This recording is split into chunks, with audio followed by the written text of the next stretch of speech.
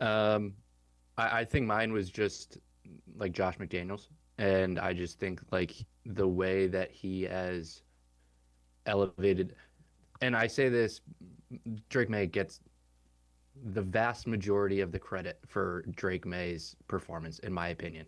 But I do think like there is Josh McDaniels is, and I mean it's probably not getting enough, but it's just like to see the impact that he has had in 8 week, well, 8 games.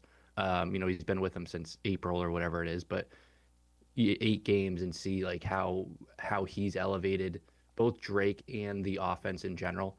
And I mean the team really can't run the football that well. So you're really putting so much on the quarterback, on a second year quarterback, on a wide receiver room that nobody really expected anything from. And just to see the way that Josh has elevated that team. And it probably shouldn't come as a huge surprise, but I think that the third quarter drive is the reason that I'm talking about this. And the third quarter drive, yeah, the third quarter drive at the start of the second half, um, it wasn't just strictly on Drake. Like it was, there was, pitches to the outside, there was a jet sweep, there was, a double pass. Like it was a very Josh McDaniels sort of drive, and Drake actually said the exact thing. What a Coach McDaniels drive is, what Drake said afterwards, and it was just I think like that like one snapshot, that one glimpse made me realize like, okay, this is if this marriage, if this partnership could work out for 5 years, 10 years down the road, the Patriots are going to be like in this legitimate contender conversation. I was actually gonna save that for when we talked about the Patriots because I had a similar thought. I don't remember what play it was, but as somebody who, let's be honest, kind of roots against the Patriots, um, You don't I say. I found a. I mean, I can not like them and still be indifferent, but I take it maybe to an unhealthy level. But like, um, I had like a similar feeling to like the Brady years, and not because of the way the quarterback was playing. I actually think it might be slightly overstated how good Drake May has been. Um, but like guys were running wide open 8 to 13 yards from the line of scrimmage. I was like, oh God, this is the same thing that it used to be. Like, Mhm. this is sure the quarterback has to get the ball to him, but like these are easy passes to make, like or easy decisions to make. And I think a lot of the genius of like Josh McDaniels as an offensive coordinator is he takes a lot of decisions away from the quarterback, or at least like it's built to put him in a position to more or less 90% of the time make the right decision quite easily. And it feels like they're starting to hit that groove where, it's that like simple, whether it's the mesh routing or it's picks or it's whatever, guys are so open, it feels like, in a way that it hasn't been here in the past. I would push back though, like 5 to 10 years, even with McDaniel's like issues he's had as a head coach, if we're like if it's going as well as you think it's gonna go for 5 to 10 years, he's not gonna be here in five to Yeah, ten years. yep,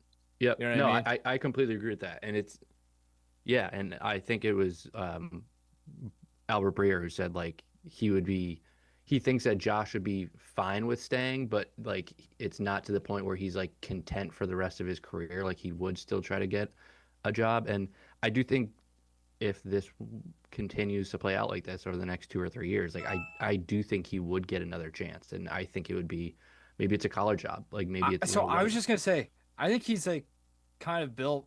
He's like what Belichick tried to present himself as. I think where he could go down there and be like, let's go find a top-ish quarterback recruit, and like with my track record as a quarterback guru, mm, we're gonna go find a quarterback and we're gonna build a program around him, and that's how you know what I mean. I could see him doing that. yeah. It feels like his shtick, whatever you want to call it, might have a longer shelf life on college kids than does pro athletes I mean, too. look at Did the you Patricia see thing right now his too. mic'd up? Did you Yeah, see his McDaniel's is Yeah, mic'd yeah, up? yeah, I think that's a good illustration of what you're talking about. Like there was a yeah. real kind of like Pete Carrollness to yeah. that where I could see like why I was like I can see why maybe McDaniel's has not worked out as a head coach because I Yeah. don't know how this personality would play in the NFL as a head coach, but like it clearly is working as a coordinator. Sorry, go ahead, hmm Sean.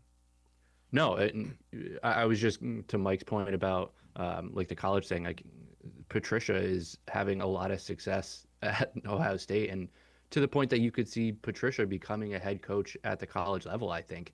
And it's just a lot of similarities between, in my opinion. Yeah.